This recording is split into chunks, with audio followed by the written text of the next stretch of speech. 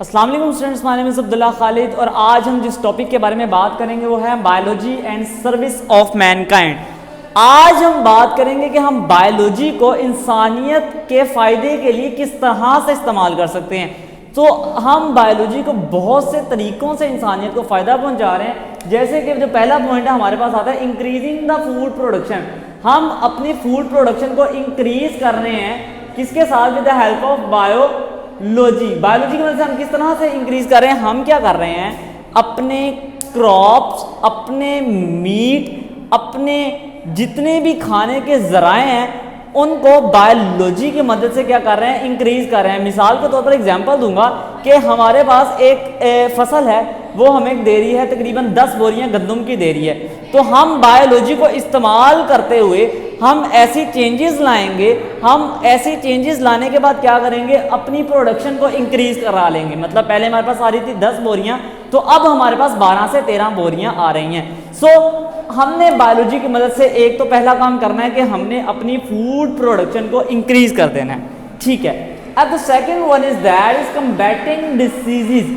हमने डिजीजेस के खिलाफ क्या करना है, चीज़ें बनानी है, किसकी मदद से? बायोलॉजी की मदद से। मिसाल के तौर पर आपने देखा होगा कि मतलब अगर हम अपनी बैक टू द हिस्ट्री जाएं तो हमारे पास डिजीज़ की इतनी अच्छी से क्योरिंग नहीं थी, हमारे पास मेडिसिन नहीं थे, हमारे पास वो तरीके नहीं थे जिनकी मदद से हम क्या कर सकते थे, अपनी जो भी हमारे पास बीमारियां आती हैं उनका इलाज कर सकते थे। लेकिन अब हम उसको आज से कंपेयर करें तो आज हमारे पास किसी भी बीमारी के लिए बहुत सी मेडिसिन आ गई हैं, उसको क्योर करने के लिए बहुत से तरीके आ गए हैं। ऑपरेशन, जैसे कि हम बात करें कि जब डेंगू स्टार्ट में आया था तो इसका कोई इलाज नहीं था, ठीक है, और ना इसकी प्रॉपर क्योरिंग थी, तो बहुत से लोग मरे। लेकिन अब उसके लिए प्रॉपर क्योरिंग है, उसके पेशेंट को प्रॉपर क्योर किया जाता है हॉस्पिटल में, उनकी प्रॉपर क्या कहते हैं, उनकी वो प्रॉपर मॉनिटरिंग की जाती है। तो जिससे क्या हुआ कि उससे डेथ की रेशो अल्टीमेटली कम हो गई। इसी तरह कोरोना अगर हम देखें तो स्टार्टिंग में कोरोना क्या था, बहुत ज़्यादा लोग मर रहे थे, लेकिन फिर क्या किया,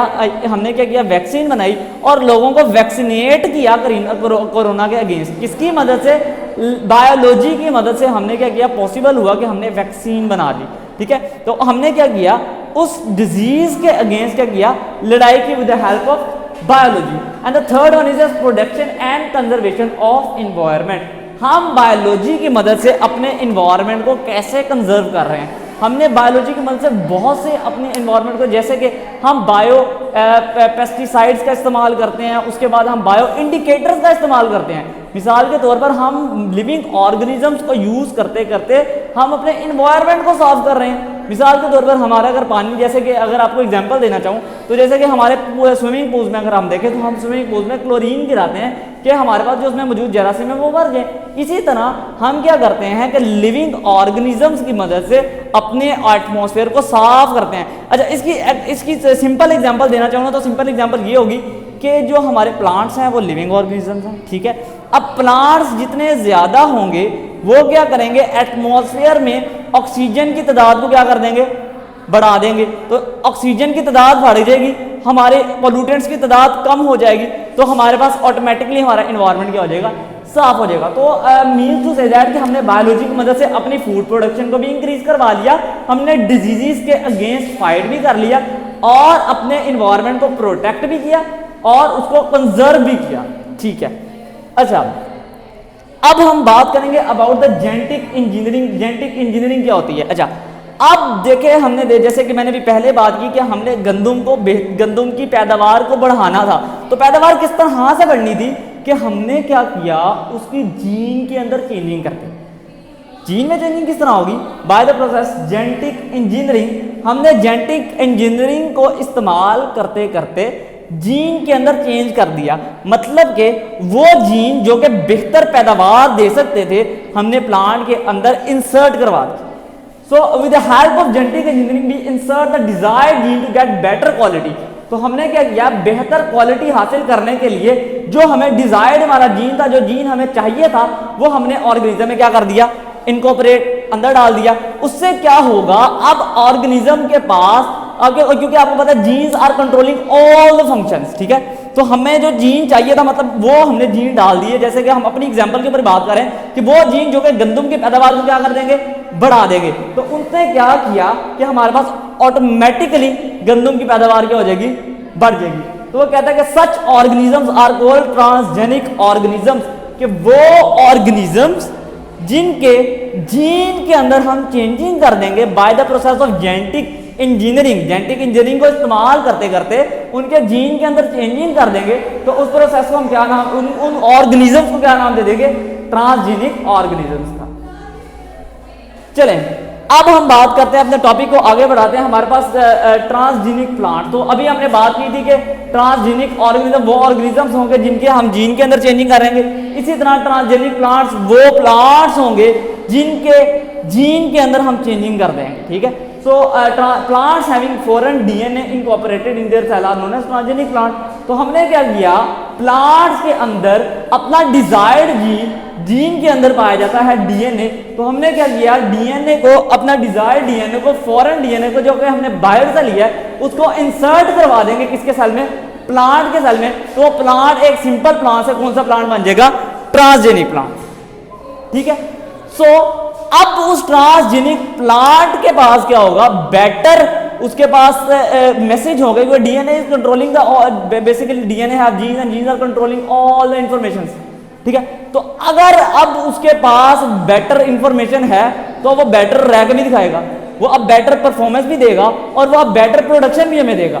सो the next point is that is tissue culture technique. So transgenic organisms can further propagated by cloning using special technique known as for example tissue culture technique. तो हम क्या करेंगे, प्लांट्स को क्या करेंगे, अब हमने जो प्लांट पहले एक डीएनए लिया, डीएनए इंसर्ट करवाया, डीएनए इंसर्ट कराने के बाद हमारे पास ट्रांसजेनिक प्लांट बन गए। अब हम ट्रांसजेनिक प्लांट को क्या करवाएंगे, क्लोन करवाएंगे, उनकी क्या बनाएंगे, कॉपीज बनाएंगे। By as you know that cloning is a process जिसके अंदर हम क्या करते हैं, एसेक्सुअली आर्टिफिशियली तौर पर हम क्या करेंगे, एसेक्सुअली भी, क्योंकि ये रिप्रोडक्शन एसेक्सुअल रिप्रोडक्शन है क्योंकि इसके अंदर मेटिंग नहीं हो रही, तो हम आर्टिफिशियली तौर पर, एसेक्सुअली तौर पर क्या करेंगे, उसकी कॉपीज बना लेंगे। तो cloning is a process in which we make the identical copies, ठीक है। तो हम क्लोनिंग का इस्तेमाल करते करते ट्रांसजेनिक ऑर्गेनिज्म की कॉपीज बना लेंगे। तो उसके अंदर हमारा बहुत सी टेक्निक इस्तेमाल हो सकती है, जिसके अंदर से एक टेक्निक हमारे पास कौन सी है, टिश्यू कल्चर टेक्निक। जी आगे चलते हैं, आगे हम बात करते हैं about the biological control and what is biological control. अच्छा, बायोलॉजिकल कंट्रोल से मुराद ये है कि हमने लिविंग ऑर्गेनिज्म को इस्तेमाल करते करते किसी चीज को कंट्रोल करना है, ठीक है। So the use of living organism to control other organism is called biological control. हमने लिविंग ऑर्गेनिजम्स को इस्तेमाल करते करते हमने क्या किया, अपने दूसरे ऑर्गेनिज्म को कंट्रोल कर लिया। मिसाल के तौर पर अगर एक ऑर्गेनिज्म ऐसा था जो कि हमें नुकसान पहुंचा रहा था, हमने क्या किया, एक ऐसे ऑर्गेनिज्म का इस्तेमाल किया जो कि उस ऑर्गेनिज्म को खत्म कर रहा है। तो basically we are using the living organism. So हमने इस कंट्रोल को क्या नाम दे दिया, बायोलॉजिकल कंट्रोल। जैसे कि मिसाल के तौर पर हमारी बुक में एग्जांपल दी हुई है कि जो एप्रिड है वो वॉलनट ट्री को डिस्ट्रॉय करता है। तो अगर ये वॉलनट ट्री को डिस्ट्रॉय करेगा तो हमारे पास क्या होगी, प्रोडक्शन डिक्रीज कर देगी किसकी, वॉलनट ट्री की। तो हम क्या करेंगे, एक पैरासाइट वेस्प को यूज करते हैं। Wasp is a parasite which kills the aphid. तो वेस्प एफिड को मारता है, तो हम क्या करते हैं, वेस्प को यूज कर लेते हैं एफिड को खत्म करने के लिए। हमने क्या किया, लिविंग ऑर्गेनिज्म को इस्तेमाल करते करते हमने अपना फायदा कर लिया, वो चीज जो हमें नुकसान पहुंचा रही थी हमने नुकसान को कम कर दिया। So that is known as biological control. Okay, अब हमारे पास जो नेक्स्ट पॉइंट है वो है इंटीग्रेटेड डिजीज मैनेजमेंट।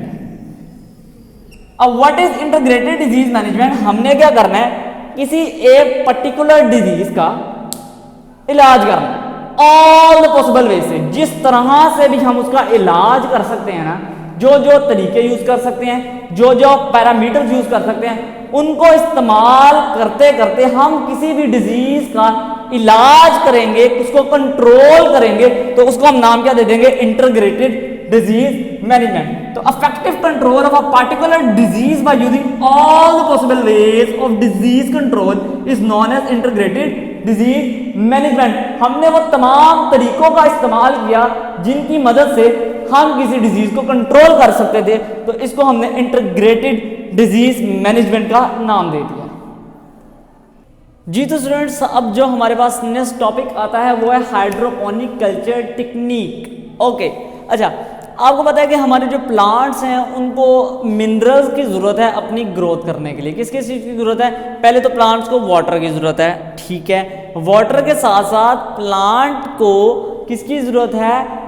गैस की ज़रूरत है। और कौन सी गैस? कार्बन डाइऑक्साइड की। जैसे कि हमें पता है कि प्लांट फोटोसिंथेसिस के अंदर कार्बन डाइऑक्साइड को इस्तेमाल करते हैं और ऑक्सीजन को क्या कर देते हैं? एज अ बाय प्रोडक्ट निकाल देते हैं, ठीक है। तो अब प्लांट्स क्या करेंगे? प्लांट्स क्या करेंगे? मिनरल्स और क्या कहते हैं, वाटर और कार्बन डाइऑक्साइड को इस्तेमाल करते करते अपनी ज़िंदगी को गुजारेंगे। सो हाइड्रोपोनिक कल्चर टेक्निक एक ऐसी टेक्निक है जिसकी मदद से हम चेक करते हैं कि क्या प्लांट को कौन कौन से मिनरल्स हैं जो कि उनको चाहिए, ठीक है। और आपको पता है मिनरल्स कहाँ पर पाए जाते हैं? सॉइल के अंदर। सो इस टेक्निक के ज़रिए हम इजीली पता करवा सकते हैं कि प्लांट को ये वाले मिनरल्स चाहिए और ये वाले मिनरल्स नहीं चाहिए। अच्छा, हम करते क्या हैं इस टेक्निक में? हम क्या करते हैं कि हम प्लांट को एरिएटेड वाटर के अंदर रख देते हैं। हम प्लांट को एक वाटर लेते हैं जिसकी जो कि हमारे पास एरिएटेड वाटर होता है, यानी उसके अंदर गैस मौजूद होती है, ठीक है। एरिएटेड वाटर वो गैस, वो वाटर जिसके अंदर पानी ऐड कर दिया गया। हम क्या करते हैं? प्लांट को उसमें ग्रो करवाते हैं। अच्छा, अब हम क्या करेंगे? इसके अंदर मिनरल्स को ऐड कर देंगे। मिनरल्स को क्या कर देंगे? इसमें ऐड कर देंगे। इससे हमें पता चलेगा। अच्छा, अब हमने मिनरल्स को ऐड कर दिए। अच्छा, अब हमने पता चलाना है कि हमें एक सर्टेन न्यूट्रेंट है वो हमने एक सर्टेन न्यूट्रेंट के बारे में पता करना है कि प्लांट के लिए जरूरी है कि नहीं। तो हम क्या करेंगे? सारे न्यूट्रेंट्स तो डालेंगे, लेकिन जो वो न्यूट्रेंट है जिसका हमने पता चलाना ना, वो हम प्लांट को क्या करेंगे? नहीं देंगे। तो अगर प्लांट ग्रो कर गया तो इसका मतलब है उस न्यूट्रेंट की जरूरत नहीं है। तो अगर वो ग्रो ना कर पाया तो हम कहेंगे कि उस प्लांट को उस न्यूट्रेंट की जरूरत है। सो कहता है with the help of this technique we can test whether a certain nutrient is essential for plants और नॉट।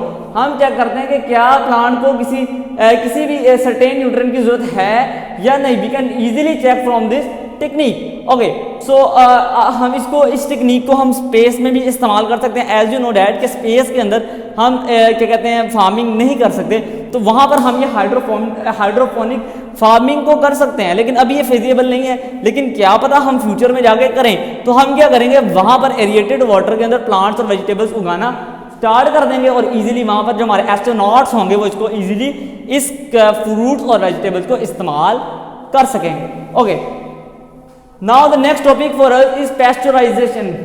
What is pasteurization? अच्छा, पेस्चराइजेशन की बात करने से पहले हम थोड़ी सी बात कर लेते हैं कि अब खाना जो है, अगर हम खाने को प्रोटेक्ट नहीं करेंगे, प्रिजर्व नहीं करेंगे, तो हमें ऑटोमेटिकली पता है कि खाना क्या हो जाएगा?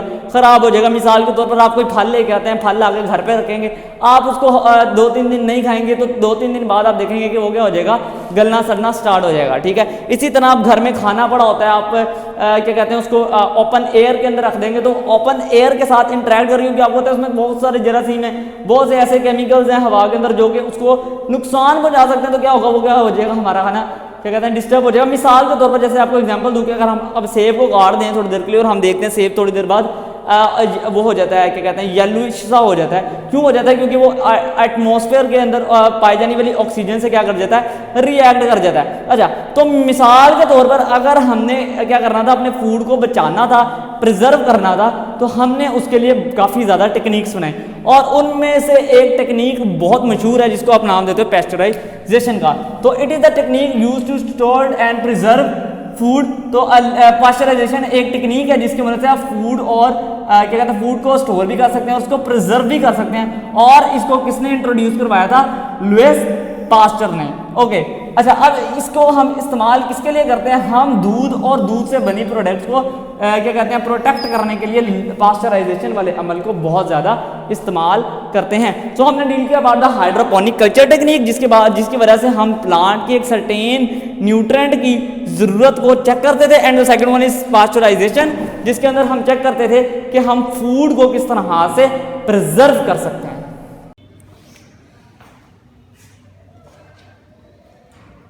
Students, my name is Abdullah Khalid और आज जिस टॉपिक पे हम बात करने जा रहे हैं वो है डिजीज कंट्रोल।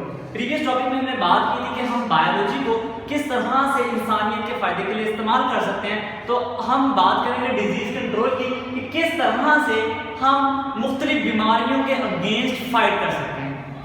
जो हम देखेंगे कि हमारे पास कौन कौन से मेजर्स हैं जिनको हम क्या कहते हैं, उनको करने के बाद हम क्या कहते हैं किसी भी डिजीज को इजीली फाइट कर सकते हैं। तो इसमें पहला जो हमारे पास मेजर पॉइंट आता है वो है प्रिवेंटिव मेजर्स। मिसाल के तौर पर हमें जब भी कोई डिजीज लगती है तो उसकी कोई ना कोई वजह होती है, ठीक है। तो हमने पहला स्टेप क्या करना है कि उस डिजीज के अगेंस्ट जो क्योरिंग है, क्योंकि आपको पता है कि परहेज इलाज से बेहतर है, तो हमने क्या करना है कि वो चीजें जिनकी वजह से हमें वो बीमारी हो रही है ना, हमने उन चीजों से बचना है। मतलब मिसाल के तौर पर कोई, जैसे कि अगर हम फ्लू की एग्जांपल लें तो फ्लू अगर किसी बंदे को डस्ट एलर्जी है, डस्ट एलर्जी की वजह से हो सकता है, मौसम चेंज हो रहा है उसकी वजह से हो सकता है, तो वो क्या करे, वो मेजर्स ले, वो प्रॉपर मास्क पहने, उसके अगेंस्ट पूरी अपनी जो प्रिवेंटिव मेजर्स हैं उन सबको करे। तो क्या होगा, उसके पास उसको वो बीमारी लगने के चांसेस कम होते जाएंगे। तो आप प्रिवेंटिव मेजर्स में करते ही हैं कि आप उस डिजीज को जिस वजह से वो बीमारी लग रही है, आपने वो तमाम एहतियाती तदबीर इख्तियार करनी है कि जिससे आपको वो बीमारी ना लगे। मिसाल के तौर पर जो हमारी एड्स है वो किसकी वजह से होती है, HIV की वजह से।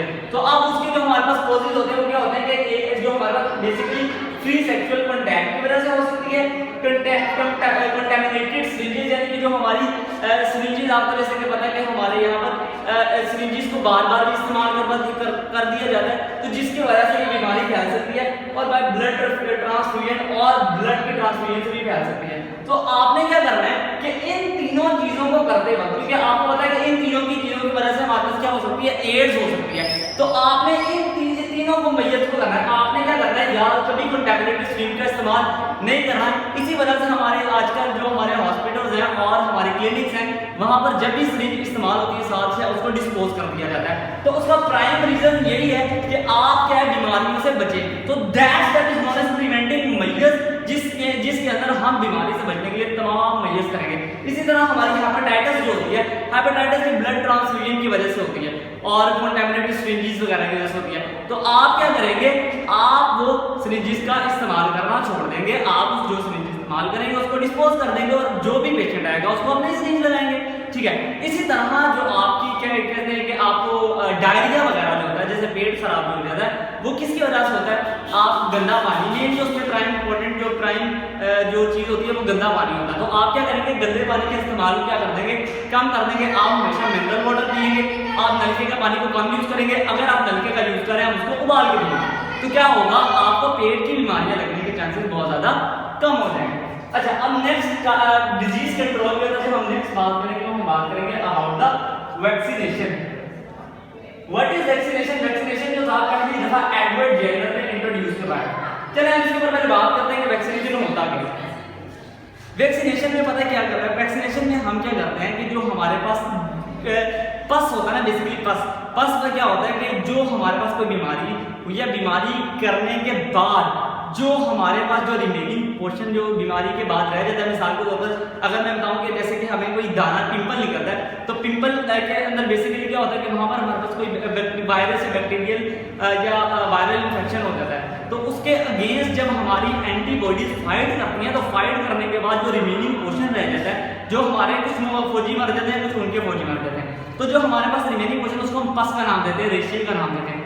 तो उसको क्या करते हैं, आप क्या करें, उसको इंसर्ट करवा दें एक ऑर्गेनिज्म के अंदर, ठीक है। इस स्टेप को आप कहते हैं वैक्सीनेशन। तो क्या होगा, उस ऑर्गेनिज्म के अंदर क्या होगी, वैक्सीन, उसके अंदर इम्यूनिटी प्रोड्यूस हो जाएगी उस डिजीज के अगेंस्ट। यानी क्या होगा कि इसको सबसे पहले एडवर्ड जेनर ने क्या कहते हैं इंट्रोड्यूस करवाया था इन 1796, ठीक है। और अगर हम वैक्सीनेशन के नाम को देखें तो ये एक लैटिन वर्ड वैका से निकला है, जिसका मतलब होता है कॉकॉक्स। अच्छा, इसके पीछे भी एक पूरी हिस्ट्री है कि क्या था कि पहली दफा क्या था कि जब एडवर्ड जेनर ने इस पे क्या कहते हैं एक्सपेरिमेंट किया था, तब स्मॉल पॉक्स जो बहुत ज्यादा पैदा हुआ था, ठीक है। तो एक ना इस एडवर्ड जेनर ने एक बच्चे पे एक्सपेरिमेंट किया और उसको आई थिंक उसका नाम जैक था, उसने क्या किया, उसको ये आई थिंक कॉपॉक्स ना, जो कॉपॉक्स का पस था ना, वो उसने उस बच्चे को इंजेक्ट कर दिया। ठीक है, जब उसने उस बच्चे को इंजेक्ट कर दिया तो बच्चा थोड़ा बहुत बीमार हुआ, मतलब क्योंकि अगर काउपोक्स थी तो इतना बीमार नहीं हुआ, उसको रिकवर कर गया। लेकिन अब उसने उसी बच्चे को जब स्मॉल पॉक्स लगाया, स्मॉल पॉक्स से बस लगाया, तो उस बच्चे को क्या कहते हैं उसने उसको कुछ उसको क्या कहते हैं बीमारी हुई भी नहीं, क्योंकि अब उसने क्या किया थी, इम्यूनिटी क्रिएट कर ली थी अगेंस्ट द स्मॉल पॉक्स। सो इसकी मदद से हम क्या करते हैं, अपने बॉडी के अंदर इम्यूनिटी जनरेट करते हैं। मिसाल के तौर पर हम जिस भी पेशेंट को ये इंजेक्ट करेंगे, किसी भी हम पेशेंट को जब कोई इंजेक्शन देते हैं तो उस इंजेक्शन के अंदर पास मौजूद होता है, ठीक है। अब वो क्या है, जिस बंदे के अंदर ज्यादा उस बंदे के अंदर जाके क्या प्रोड्यूस करवाता है, इम्यूनिटी।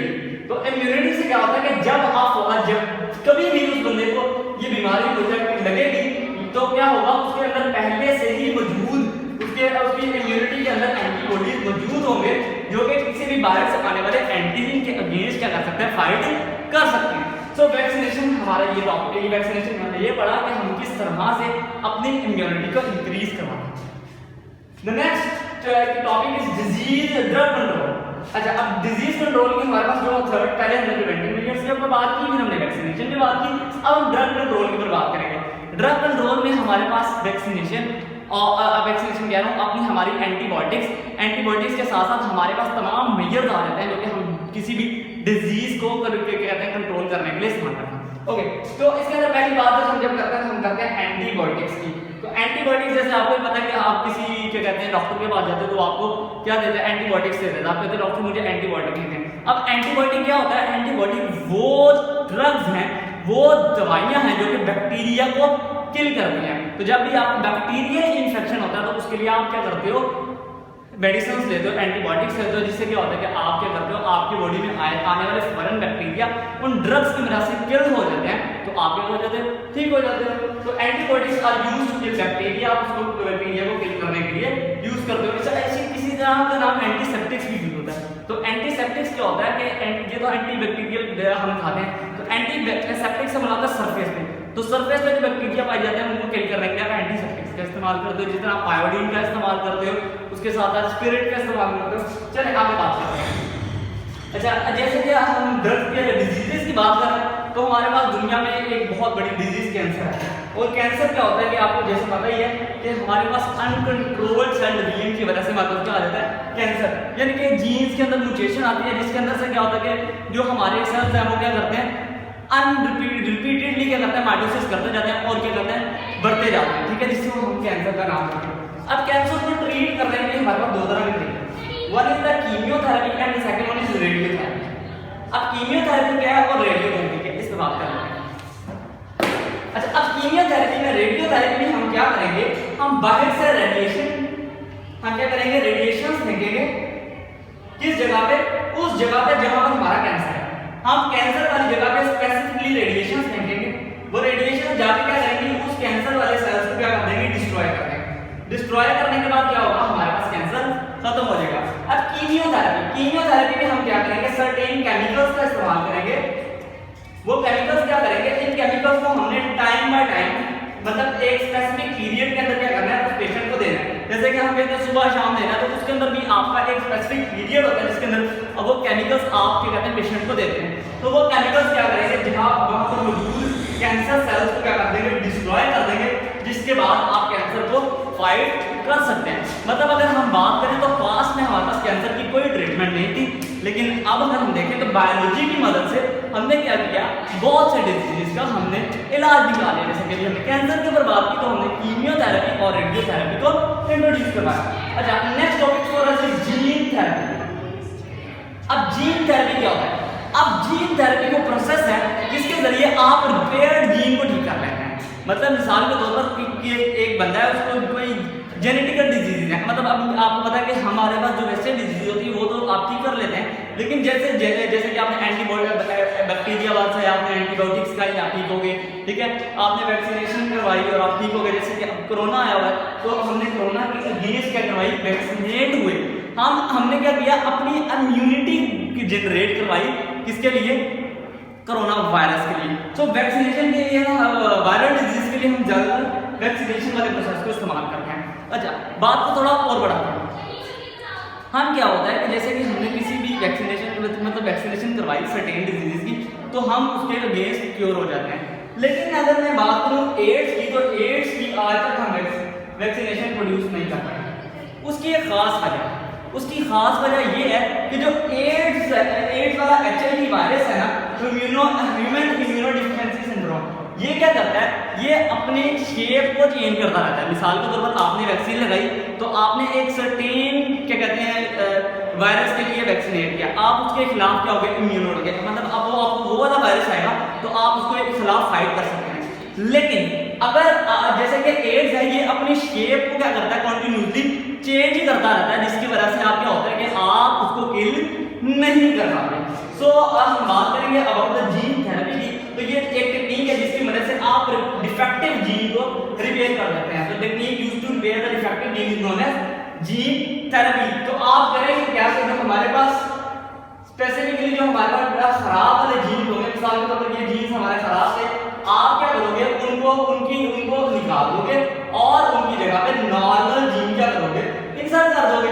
क्या किया हमने, क्या किया कि जीन थेरेपी के अंदर जो जीन्स हमारे खराब थे हमने उनको बाहर निकाल दिया, और जो जीन्स हमारे नॉर्मल जीन थे हमने उसको वापस डाल दिया। तो ज्यादातर हम बोन मैरो के जरिए करते हैं। तो इससे हमें फायदा क्या हुआ कि वो जेनेटिक डिजीजेस जिनका पहले अभी तक क्योर नहीं था, जीन थेरेपी की मदद से हमने इजीली उसको क्या कर लिया, अचीव कर लिया। हमने उसको जितने मतलब, क्योंकि जब हमारे पास नॉर्मल चीज आएंगे तो हमारी बॉडी नॉर्मली बिहेव करना स्टार्ट कर देगी। जी आगे हम बात करेंगे क्लोनिंग। अच्छा, अब क्लोनिंग कौन सी टेक्निक है? क्लोनिंग एक टेक्निक है जिसकी मदद से आप क्या करते हैं, एसेक्सुअली एक ऑर्गेनिज्म को प्रोड्यूस करवाते हैं। ठीक है, so is a used to produce organism asexually and what is a clone? Clone क्या होगा? तो क्लोन एक एसेक्सुअली रिप्रोड्यूस ऑर्गेनिज्म को हम क्या कह देंगे, एक क्लोन है। अच्छा, अब क्लोनिंग के ऊपर ना थोड़ी इसकी हिस्ट्री के ऊपर बात करते हैं, थोड़ा डिटेल में जाते हैं। अच्छा, मिसाल के तौर पर अगर मैं कहूँ कि एक स्पेसिफिक शीप है, अगर और उस शीप को क्या हो गया कि अब वो शीप हमारे पास खत्म होने वाली है, दुनिया में बहुत कम रह गई है, और वो शीप बहुत अच्छी है, उसकी वोल भी बहुत अच्छी है, वो हमें मिल्क भी ज़्यादा देती है, और उसकी क्या कहते हैं, हमारे पास मिल्क प्रोडक्शन भी ज़्यादा है। तो हम चाहते हैं कि ये शीप ना ख़त्म ना हो, तो हम क्या करते हैं, हम क्लोनिंग को हमने क्लोनिंग वाली टेक्निक को इस्तेमाल करते हैं।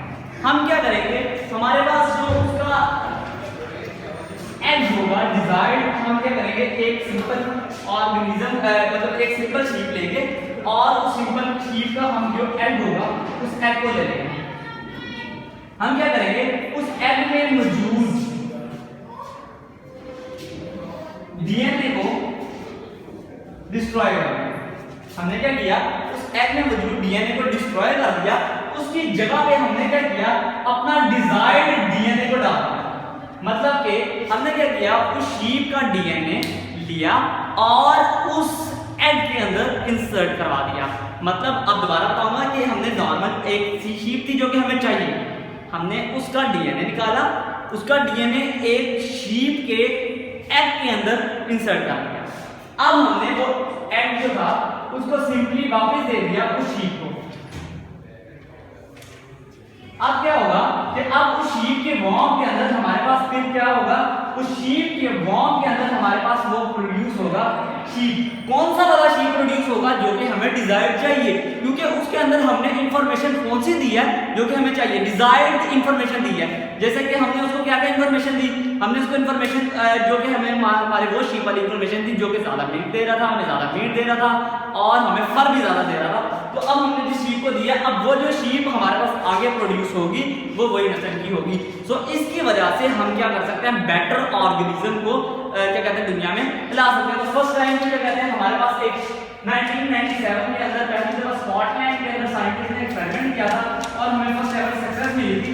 और जो हमारे पास पहली शीप क्लोन हुई थी, इसका नाम हमने रखा था डॉली। तो Dolly was the first shift clone ever, और ये 7 साल तक जिंदा रही थी। अच्छा, अब हम बात करें तो क्लोनिंग की टेक्निक से हमने बहुत से मुख्तलिफ से जानवर जैसे कि माइस वगैरह और रैट्स वगैरह भी प्रोड्यूस करवा लिए हैं, लेकिन इंसानों की क्लोनिंग के ऊपर बहुत ज़्यादा पाबंदी है और तमाम मजहब ने पाबंदी लगाई है। क्योंकि अगर हमारे उसके ऊपर पाबंदी ना हो, तो जैसे कि अगर मेरा कोई क्लोन बन सकता हो, तो मेरा क्लोन बनाने के बाद वो क्लोन जो भी काम करेगा उसका इल्ज़ाम किसके ऊपर आएगा, मेरे ऊपर, और ये एथिकली भी क्या कहते हैं कि इसको क्या कहते हैं नहीं मंजूर हुआ, जिसकी वजह से ह्यूमन क्लोनिंग के ऊपर पाबंदी हुई। ओके, अब क्लोनिंग की मदद से हम इसके ऊपर मजीद बात करें तो हम आइडेंटिकल ट्विंस भी इसकी मदद से बनाते हैं। अब ये किस तरह से होता है कि हम आइडेंटिकल ट्विंस, कौन से ट्विंस होंगे, वो ट्विंस होंगे जो कि बिल्कुल दोनों डीटो कॉपी एक जैसे होंगे, उनके फिंगरप्रिंट्स एक जैसे होंगे, उनकी बिल्कुल तमाम जेनेटिक मेकअप एक जैसा, तो उनके तमाम बॉडी फंक्शंस, तमाम जो हमारे पास उनकी फिजिकल कैरेक्टर सारे क्या होंगे, सेम होंगे।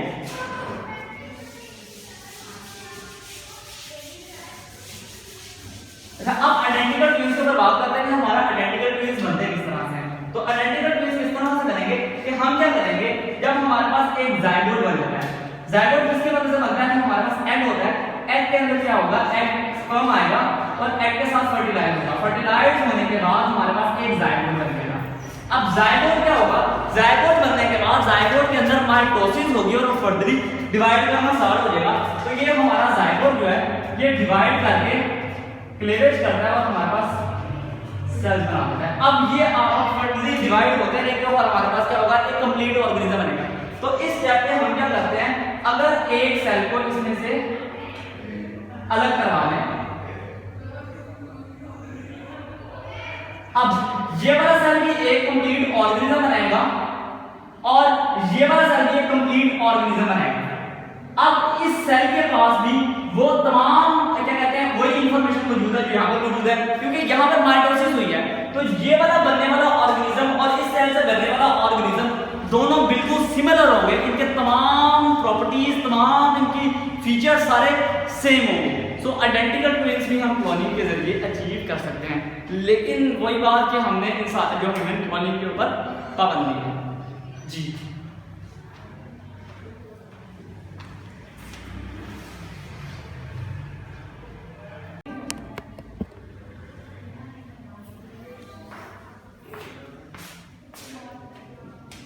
जी तो स्टूडेंट्स, हम बात करेंगे अपने लास्ट टॉपिक के बारे में जो कि है protection and the conservation of environment. यानी कि हम जैसे कि प्रीवियस टॉपिक में बात की थी कि हम बायोलॉजी की मदद से किस तरह से अपने डिजीजेस के अगेंस्ट फाइट कर सकते हैं, तो आज हम बात करेंगे कि हम बायोलॉजी की मदद से किस तरह से अपने एनवायरनमेंट को प्रोटेक्ट कर सकते हैं और उसको कंजर्व कर सकते हैं। अच्छा, अब जैसे कि आपको पता है कि आज हम देखें तो हमारी जो पूरी वर्ल्ड है वो बहुत ज़्यादा पोल्यूट हो चुकी है, और ये पोल्यूशन 3 किस्म की है, लैंड पोल्यूशन, वाटर पोल्यूशन और एयर पोल्यूशन। ठीक है, हमारे पास 3 तरह की पोल्यूशन है, मतलब हमारी लैंड भी पोल्यूट हो रही है, हमारी एयर भी पोल्यूट हो रही है और हमारी एयर भी पोल्यूट हो रही है। अब इनकी कॉजेस की बात करें तो इनकी कॉजेस हम देखें तो हमारे पास सबसे बड़ा इंडस्ट्रियल कॉज है।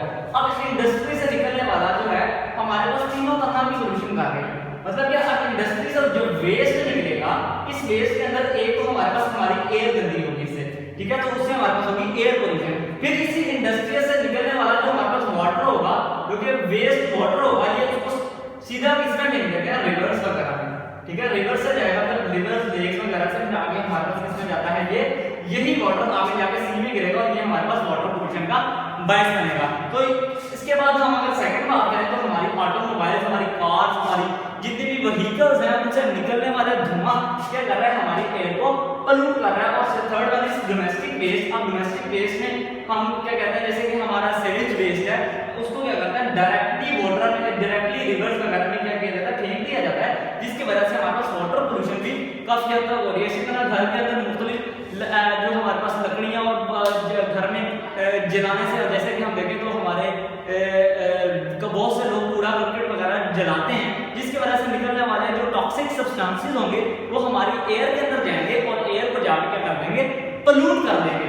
सो पोल्यूशन की बात की जाए तो तीनों तरह की पोल्यूशन हो रही है, उनके कॉजेज इंडस्ट्रीज, ऑटोमोबाइल्स और बहुत से कॉजेज हैं जो कि इसको क्या कहते हैं, पोल्यूशन हमारे एनवायरनमेंट को पोल्यूट कर रहे हैं। अब इसका नुकसान क्या होगा, इसका नुकसान ये हुआ कि हमारी दुनिया में पाए जाने वाले जितने ऑर्गेनिजम्स थे उनके ऊपर, उनकी हेल्थ के ऊपर क्या हुआ, इसका बहुत ज़्यादा असर हुआ। जैसे कि अगर हम अपनी बात करें तो वो एरिया जहाँ पर इंडस्ट्रीज बहुत ज़्यादा हैं, तो वहाँ पर रहने वाले लोगों को सांस की प्रॉब्लम बहुत ज़्यादा होगी।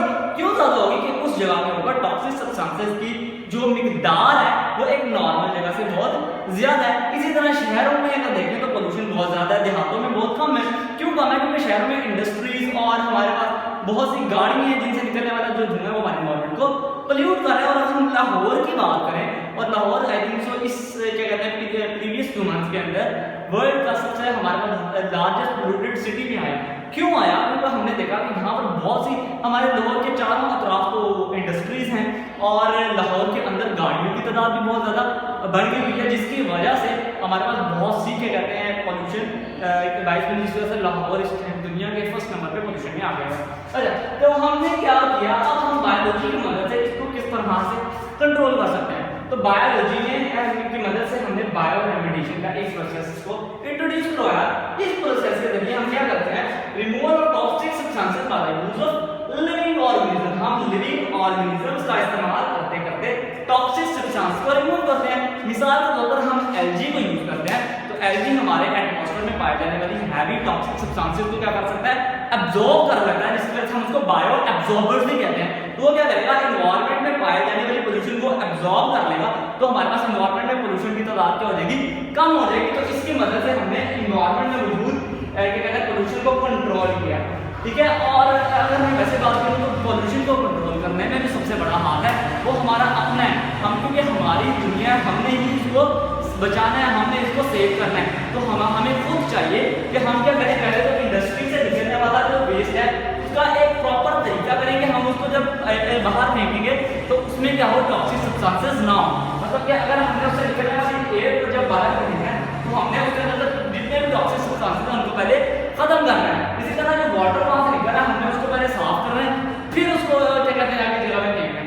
तो फिर इसी तरह जो हमने लैंड पोल्यूशन है तो हम देखेंगे हमारे कूड़ा करकट जो है वो लैंड में फेंक दिया जाता है। इसी तरह इंडस्ट्रियल वेस्ट को फसलों में फेंक दिया जाता है, जिससे क्या होता है हमारे पास बहुत ज़्यादा सॉइल एरोजन के चांसेस होते हैं। हमारे पास जो सॉइल होता है वो खराब हो जाता है, जिसके बाद हमारे पास वहाँ पर नई फसलें नहीं उग पाती।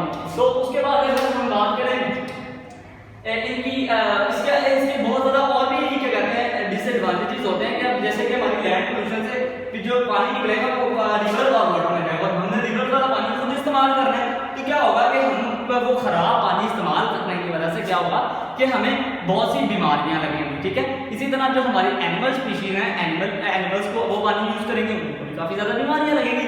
इसी तरह हमारे जो एक्वाटिक प्लांट्स हैं जिन्होंने रहना ही पानी में है, तो अगर पानी ही पोल्यूट होगा तो क्या होगा, उन क्या कहते हैं जो वो स्पीशीज हैं उनकी भी लाइफ को बहुत ज़्यादा खतरा होगा, वो बहुत ज़्यादा मर जाएंगे। तो अगर हम बात करें उसके बाद हमने बायोलॉजी की मदद से इसके ऊपर बहुत ज़्यादा वर्क किया, और जो सबसे बड़ी चीज़ है इसको कंट्रोल करने में वो अवेयरनेस है। हम लोगों को अवेयर करें कि वो इसको कम से कम करें। So the last topic we are going to deal is endangered species. तो पोल्यूशन की वजह से हमारे पास स्पीशीज की तादाद बहुत ज़्यादा कम होगी। अब पोल्यूशन के साथ साथ हमारे पास जो ओवर हंटिंग वाला पॉइंट भी इसमें हम डील करेंगे कि किसी चीज़ की ओवर हंटिंग करने की वजह से भी वो इंडेंजर्ड हो जाती है। तो अब इंडेंजर्ड स्पीशीज से मुराद क्या है कि वो स्पीशीज जो कि एक्सटिंक्ट होने के करीब हो। एक्सटिंक्ट स्पीशीज से मुराद वो स्पीशीज होती है जो कि जो कि हमारी दुनिया से खत्म हो जाए, जो कि अब उसका कोई भी स्पीशीज इस दुनिया में ना रहती हो। जैसे कि हमारे डायनासोर जब तक हम तो एक्सटिंक्ट हो चुके हैं क्योंकि उनका कोई भी स्पीशीज दुनिया में नहीं पाया जा रहा। सो एक्सटिंक्ट जो हमारी स्पीशीज क्या हो, एक्सटिंक्ट होने वाली हो उसको हम किस तरह देते हैं, इंडेंजर्ड स्पीशीज, यानी ये स्पीशीज एक्सटिंक्ट होने के बहुत ज़्यादा करीब है, ये बहुत ज़्यादा डेंजर में है। तो हमने इस स्पीशीज को बचाना है और बायोलॉजी की मदद से हम इसके ऊपर बहुत ज़्यादा काम कर रहे हैं। हम क्या कर रहे हैं कि हमारे जो क्या कहते हैं पूरी हमारी ऑर्गेनाइजेशन है, वाइल्ड लाइफ ऑर्गेनाइजेशन है, वो इन स्पीशीज की प्रॉपर इनको क्या कहते हैं सिक्योर कर रही है और इनके शिकार के ऊपर पाबंदी लगा रही है। जैसे कि हम देखें कि मार्खोर जो है, जो कि पाकिस्तान का नेशनल जानवर है, यह भी इंडेंजर्ड स्पीशीज में शुमार होता है। तो इसके बहुत ज़्यादा कम क्या कहते हैं मेंबर्स हमारे पास रहेंगे हुए हैं। तो क्या हुआ है कि हुकूमत ने क्या किया है इसके शिकार पर पाबंदी लगा दी, यानी कोई बंदा इसका शिकार नहीं कर सकता ताकि हम इसको बचा सकें। इसी तरह हम देखें तो हमारी इंडस डॉल्फिन जो है, जो कि सिर्फ रिवर अपने हमारे रिवर सिंध में पाई जाती है, इसकी भी सिर्फ 600 स्पीशीज रहे हैं, 600 मेंबर्स रह गए, बाकी सारे मर गए। तो अब अगर हम ही नहीं इसको बचाएंगे, इसकी वजह से हमें इंडस डॉल्फिन के क्या कहते हैं शिकार पर भी पाबंदी लगा दी। अगर हम इसको नहीं बचाएंगे तो क्या होगा, ये खत्म ही हो जाएगी। सो बायोलॉजी की मदद से हमने अपने इन्वायरमेंट को भी साफ करने में बहुत बड़ा किरदार अदा किया, साथ ही साथ अपने स्पीशीज को बचाने में भी बहुत बड़ा किरदार अदा किया है। आई होप आपको लेक्चर बहुत ज़्यादा अच्छे से समझ आया होगा and thanks a lot for listening my all the chapter. Next chapter में हम बात करेंगे हम नेक्स्ट चैप्टर में, और नेक्स्ट चैप्टर हमारा होगा बायोलॉजी।